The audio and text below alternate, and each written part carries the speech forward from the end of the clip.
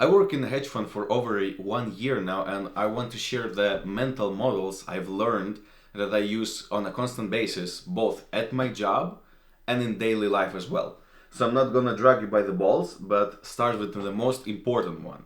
So always think like what is your upside and what is your downside from any perspective. And specifically it applies a lot to real life experiences as well. So always think what will I gain from the situation that I'm currently trying to do, and what will be my downside. So what am I risking here?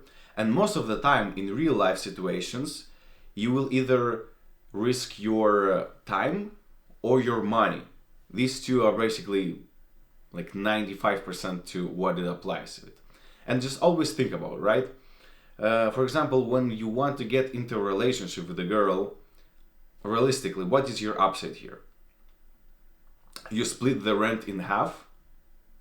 Maybe one more person will think that you're a good investor, and potentially you get like a approval from society that you're a good person, you're building a family, whatever. What is your downside here, right? Time. It takes away a lot of time. It takes away a lot of energy, and what else could there be? You possibly get a bad influence. You have to put your commitment into this, and what could there else be? You can't talk to other women. Now I know it's like very very very simple example, and it's not representative, and you may think that I'm very against the other gender. No, I'm not. It's just an example for you to think, because most people just make stupid decisions when any situation involves money. They become very emotional. They don't think and make irrational, stupid decisions. So always just think from every situation, like what is your upside? Are you gaining anything? And is this gain adjusted to your risk? Is it even worth it, right? Does it even make sense? So I remember 1 year ago when I was looking for a job. Getting thirsty. 1 year ago when I was looking for a job, I thought about working for a real estate investment fund, because it was a low risk choice, right? They also said that they allow to work half of the day on Friday. They didn't have bonuses, but they had a high base salary, and it just didn't seem like a high risk job. But my mentor told me that the upside there will be really limited, because it's very like concentrated knowledge that you get there. You only learn about the real estate. So if you would quit that job and go look for a job somewhere else, all the knowledge, all the expertise that you have is only on the real estate and property, and that's very very kind of specific, right? You can't really transfer that knowledge. You can't even really transfer the way of thinking and market specific knowledge to any other area. So your upside there is pretty limited. Now, yeah, the risk there, the downside is pretty small, because there's nothing that much really that you risk. But either way, eventually I decided just to go to the hedge fund, even though there you have much higher risk. The benefit, the potential upside there is much bigger, not even including the financial side, but specifically how much do you actually learn and how much you're exposed to different segments and different ways of thinking. Next one would be try to eliminate the downsides first before thinking about the upside. So always think, how can you eliminate the absolute worst case scenario? So when you look at the how's it called, like Maslow's pyramid, I guess, the first most basic need is just for food and safety, because only when you secure these things you can think about something higher, right? When you're always stressing about how you're gonna pay your rent or having enough money for food for the rest of the month, if you haven't secured these things, you can't move forward to like take any higher risk. You can't plan on going on vacation. You can't plan on putting some higher risk trade. You can't plan on starting a business or something. Because in the hedge fund, the hedge fund is called hedge fund because it has a hedge. You have something to protect you against the worst case scenario.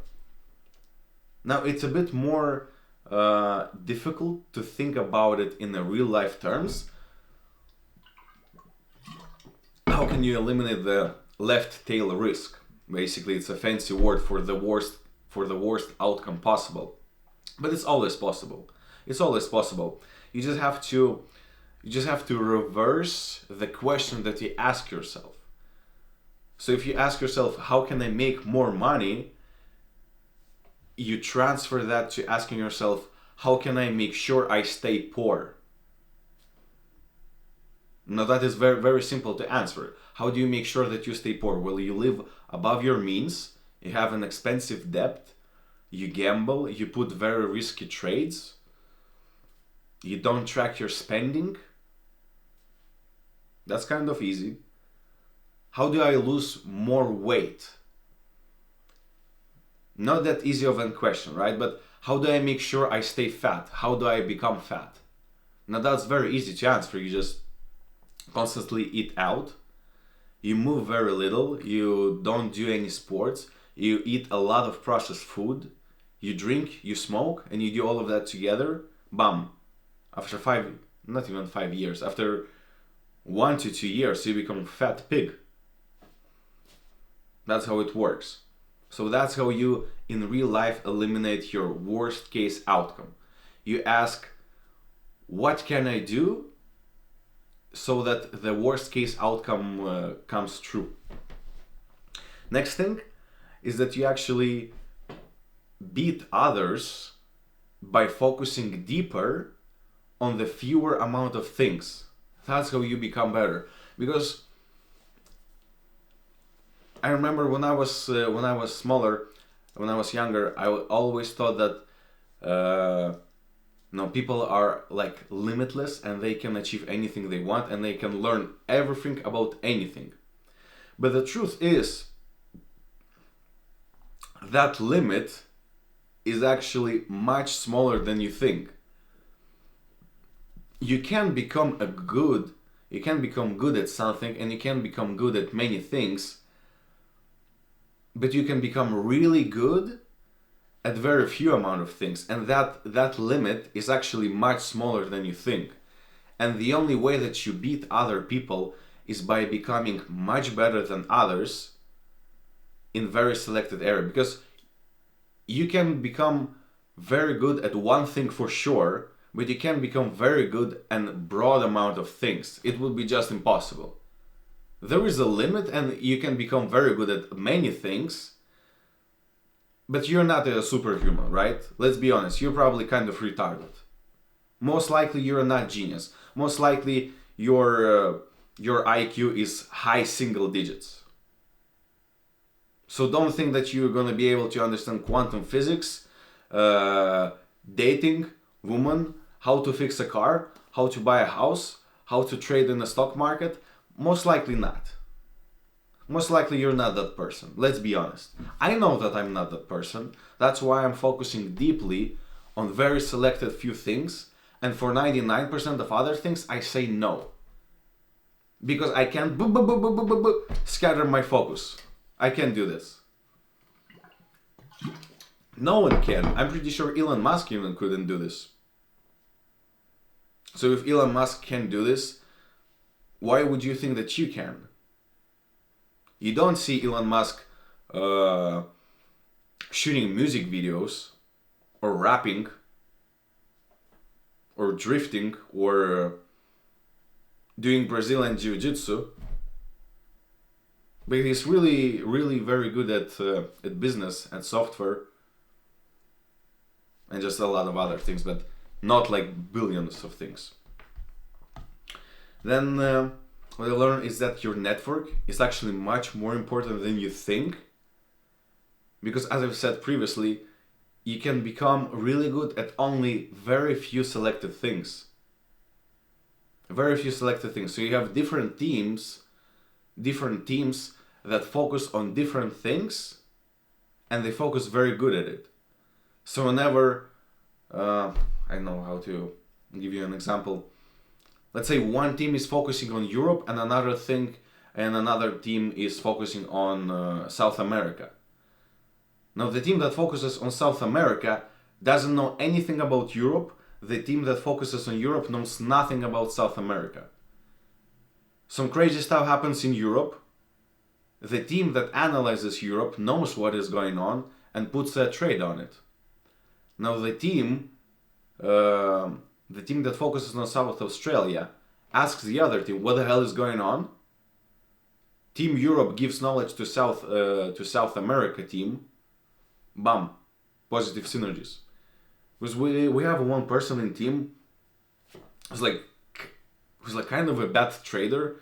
He always loses money, but he always talks to people, right? He always talks to people. He's very likable, and he has a lot of connections. So whenever something happens in the world that is outside of his segment, he just asks what is going on. He gets the trade idea. He acts on it. Even though he's pretty bad trader himself, he just asks other people what to do. That's how it works. And I always kind of knew that network is very important, but I always neglected this factor because I don't like to be dependent on other people, or maybe I'm just socially autistic. I think that's more likely reason.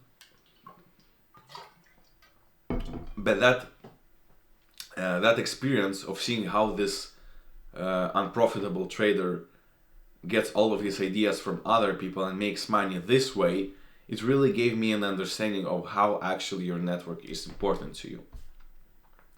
And the last thing would be to have a second order thinking. So what does that mean? It means thinking beyond the primary effect. So let's say you want to buy a new expensive sports car.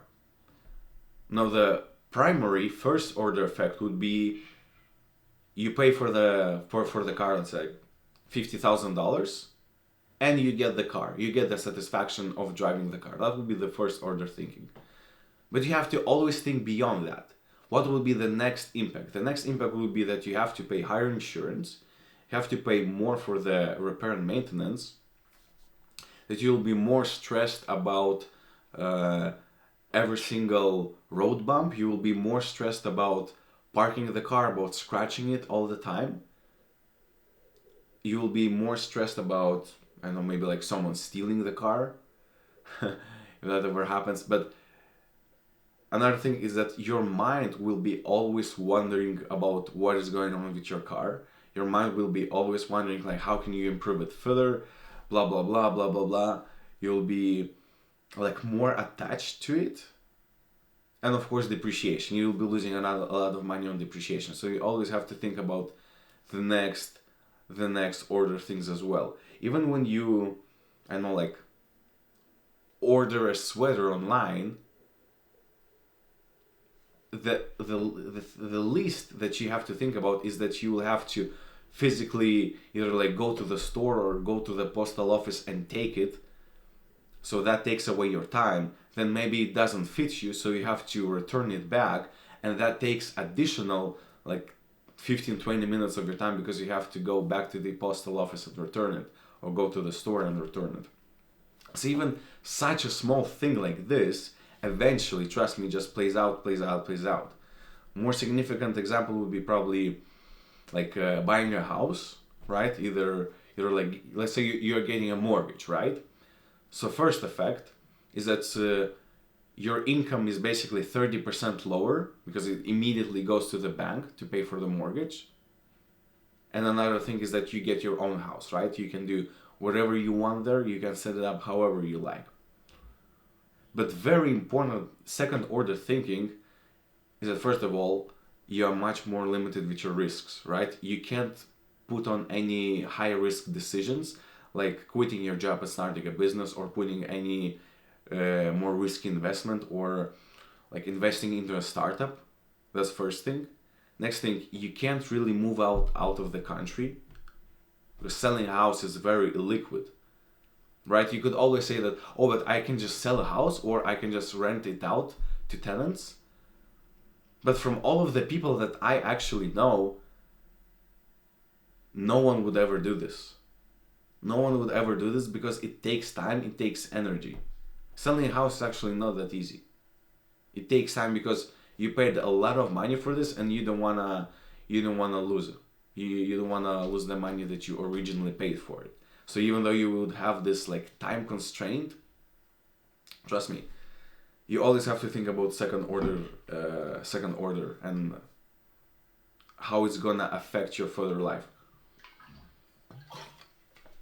The same as I said with getting into a relationship, that you don't just think, oh, my upside is that I get unlimited access to sex, and I know my parents would think my parents would be more proud of me, right? My parents won't think that I'm gay. But the second order, you have much less time. You have much less time. March 8th, February 14th, you don't have these days. You don't have these days at all. They just disappear from your calendar. You can't do whatever you think. You can't do whatever you want. So always have this second order thinking. Because whenever something big happens in the world financially, like some tariffs, some regulations, some blow-ups, majority think about the first order. What will be the first order impact for which companies, for which segments? But you have to dig deeper and see what else will be impacted that the market doesn't know yet about. So these are the most important things that I've learned, like the most important mental model. So go through it again. In every situation, think what is your upside, what is your downside, and is it a good trade on a risk-adjusted basis. I know it sounds very fancy, but it's very simple. It's a very simple thing. You're in the store, you think about buying a cookie. What is your upside? You get satisfaction from eating a cookie. Maybe you get like 5% better pump in the gym if you will go to the gym 1 hour after that. Your downside, you lose money, you become fat, you become sluggish, your skin breaks out, you never stop at one cookie, you eat the whole box. Next thing you know, you're overweight 50 pounds. That's a lot of downside. So eventually it's not a good trade on a risk-adjusted basis. Second, eliminate the downside first. Always think how can you eliminate the worst outcome possible as much as you can. You beat others by focusing deeper on fewer things. So that basically means being a specialist, not a generalist. Focusing more on fewer things. Because that's how you beat others. You can't just know everything about everything. It's just impossible. Your network is more important than you think, because you can't learn everything, but if you have good connections with people who know their stuff, you basically multiply your knowledge. And have a second order thinking. Don't just think what will be the first primary effect, because every situation, every decision in life that you take, it always has a secondary effect. Always. And you always have to think about it. Thank you.